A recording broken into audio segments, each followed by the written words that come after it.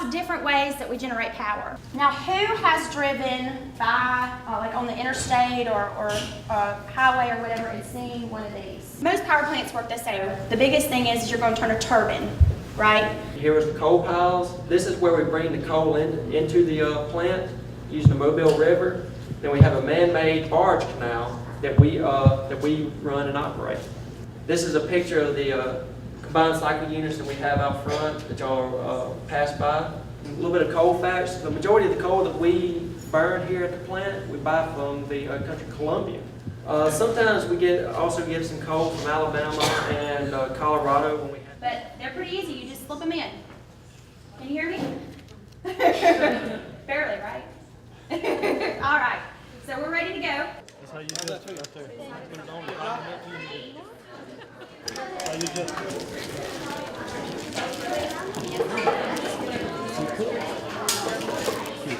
Keep it warm. Everybody get their earplugs and go ahead and just stick them in the ear. All right. We're going to walk right out this door, and there's an elevator right here behind me. We're going to walk out this door and go right in this elevator, and we're going up to the roof. You ready? Just follow the person in front of you.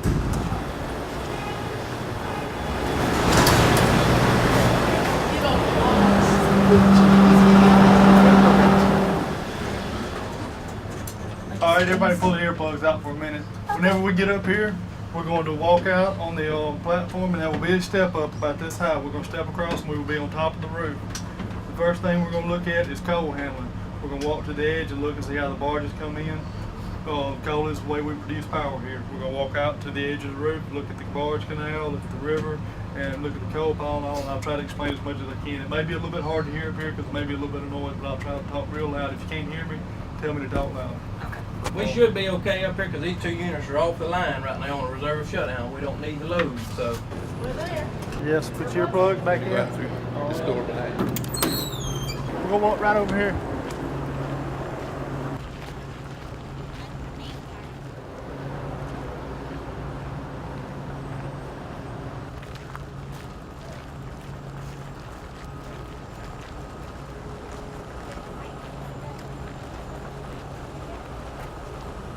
You see the river to the distance, that's the Mobile River. It comes down.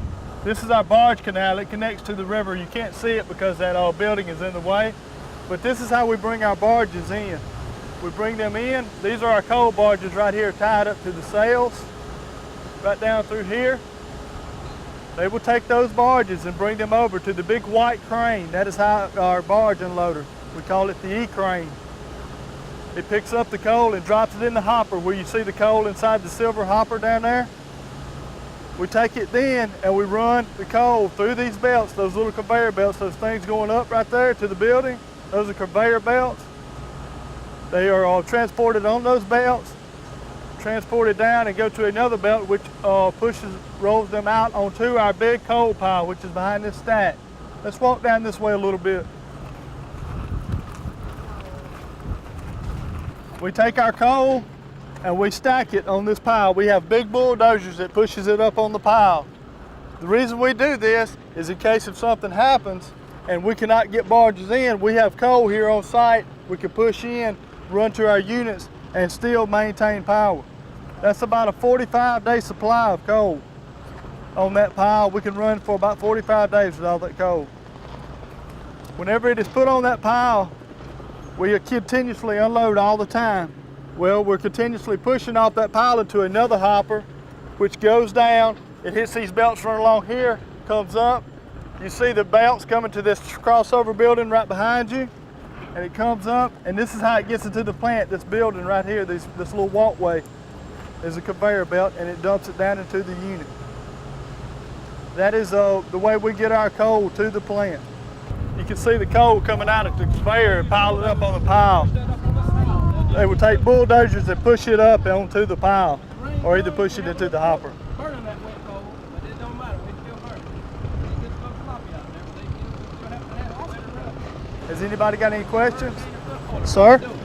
How long did it take for y'all to make a big pile like that? We keep it like that all the time. It's been like that since I've been here. They all just steadily add to it every day. and we push some off and add some to it and just try to maintain it to where we can have enough to run for about 45 days. How tall is it? About biggest unit 700 over there? foot. Burns 700 something pounds. They're natural gas only. These plants in this big building burn coal, but them two burn natural gas.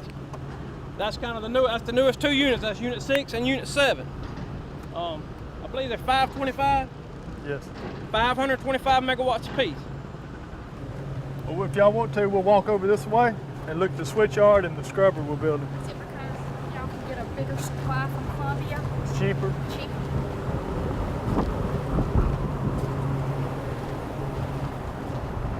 One more thing about coal before we get off that. The question was asked, why do we get coal from Columbia? You have different types of coal. You have clean coal and kind of dirty coal. Different coal has different BTU values. Well, China is doing a lot of iron refinery, recycling iron and making new iron out of it. Well, they have to have a certain type of coal to do that. Well, we used to get that same coal to generate electricity. China told the coal companies they would pay them more than we would, so they start selling the coal to China. So we have to go outsources to get a little bit dirtier of a coal to generate our electricity with, because we don't need it as clean as China would need it to recycle metal. That's the reason we were using that.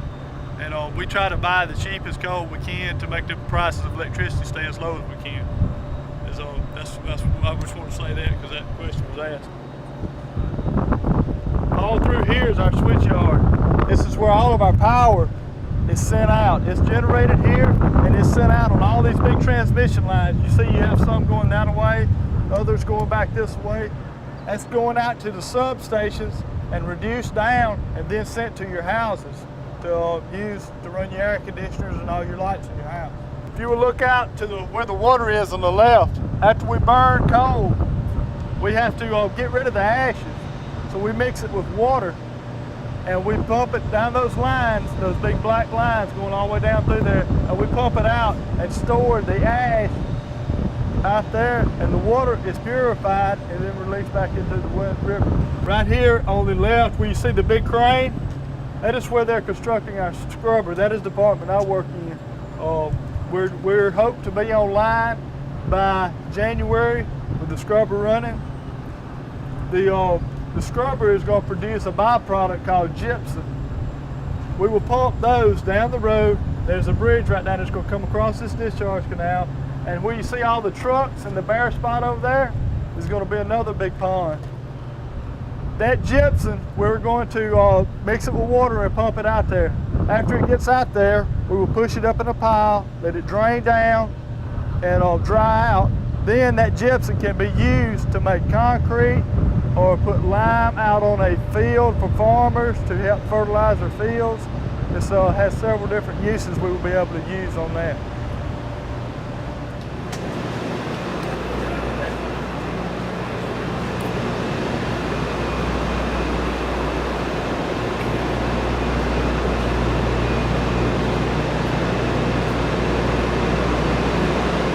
This is the turbine, the other end is the generator. You take the steam from the boiler, which turns this turbine. That turns that generator on the other end, that makes the electricity, goes out on the line. That's the simplified version. That's what all you firing coal's working to do, turn this turbine. Them pumps pump the water that you use to turn the steam. How many turbines do you have here? We have 5 turbines in here, and 6 and 7 got their own turbine. You got unit 1 through 5. You got five units. 1 and 2 is in the same control room. You got an operator on each unit. Then you got 3 and 4 in another control room. Operator for each unit, but they're in the same control room. And unit 5 is our biggest unit, 772 megawatts. You got 1 operator and 1 control room for that unit. That's all the way at the other end, but it's the big unit.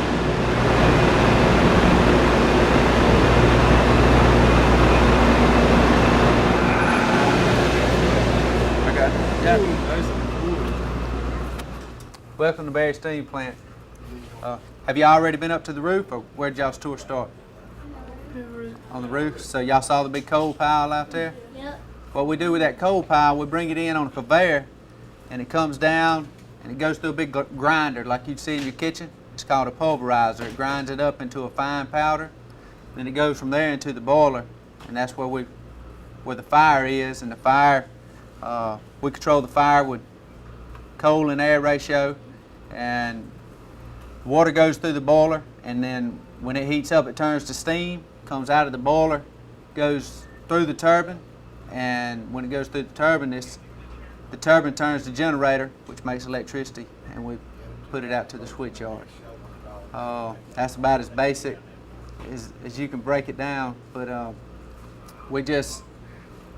everything in here, we control boiler, turbine, everything from right in here. All the handles and knobs you see right over there, that's our electrical end. The bench board used to look just like that all the way down, but then after some engineering and the control change out, they come in and we do it all from our screens now. It's like one big video game, but just real world. Yeah. So what is your job? You watch all these screens. That's right. On a 12-hour shift, I watch these screens and just control the temperature in the boiler, try to maintain 1,000 degrees, and just make sure we got good, pure steam coming out, going through the turbine. Just if something happens, we have a boiler man and a pump room man. We'll call them. They'll look at a piece of equipment before we stop or start it, and then we'll go from there. But in no time does he leave this spot right here in his 12 hours. This is his job right here. He cannot leave and go out on the boiler or anything. That's why he has guys that he calls to tell what to do. He has to stay right here the whole 12 hours. Even during natural disasters, you'll have people here running 24 hours a day. Oh, that's right. During a hurricane, they don't even get to leave. They'll bring in extra people and we have to stay here. We're just prepared to stay here. Because the first thing we want after a hurricane is our power up and running. First. If the screens were hard to look at, because you got so many screens, it's kind of hard to look at each one. And then when you're starting a piece of equipment or stopping it, you got to make sure you're on the right theme because, you know, some of the screens do look alike, so you got to run it through your mind, you know, what fan I'm on, what meal I'm on. Show him the menu, Mike. It just lets you know that you got something, and then you look up there and it'll let you know if a piece of equipment starts or stops, you get an alarm, or if temperature gets too high on something, you'll get an alarm.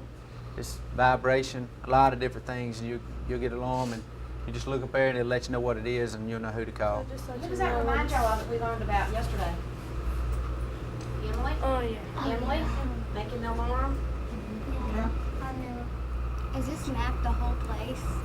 Of the switch yard. Yes. 115 in. 1, 2, and 3. Units 1, 2, and 3. So they could take this and bring it anywhere.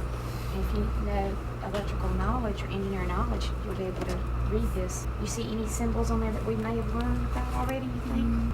This one right here, that looks like a switch. Open switch, isn't it? That look familiar? See, all the stuff you're learning in 4th and 5th grade is actually being applied when you become an adult in a real world job. What kind of training do you have to work the controls? What do you have to do to get to that point? You work your way up, you come in as a helper, you study, and then you take a test. You move up to what they call an assisted operator's job, which is outside, and then you learn your equipment outside, and then when you study to take your operator's test, all this is on the test. It's just general basic first day knowledge, and pass that knowledge, and then you got a skills test. You got to show them that you can do it all, put it all. And not only do we have operator jobs, we have electrical maintenance and mechanical maintenance. If you don't want to stay in the control room all the time, you can go on mechanical engineering or electrical engineering. That way you'll be out in the plant looking at different stuff. E-Y-E-C-A-M-P, I camp, it's electric.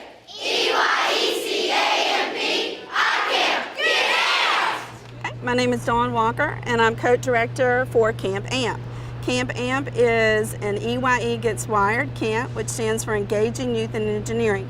We're a week-long camp of rising 5th and 6th graders, and we're learning about electrical circuits. Today is the second day of our camp, and we are on tour at Alabama Power Company's Berry Steam Plant. We came out here today to learn about electricity and how electricity is sent out to our city, Mobile. We started our visit with a PowerPoint that gave us a background on Berry Steam Plant and also some science background on electricity, how steam works with the electricity and the different things they do here at Berry Steam Plant. From that, we moved out to the tour of the plant itself after a quick review of safety, which is our hard hats and our glasses and earplugs. We moved out into the plant and started off on the roof.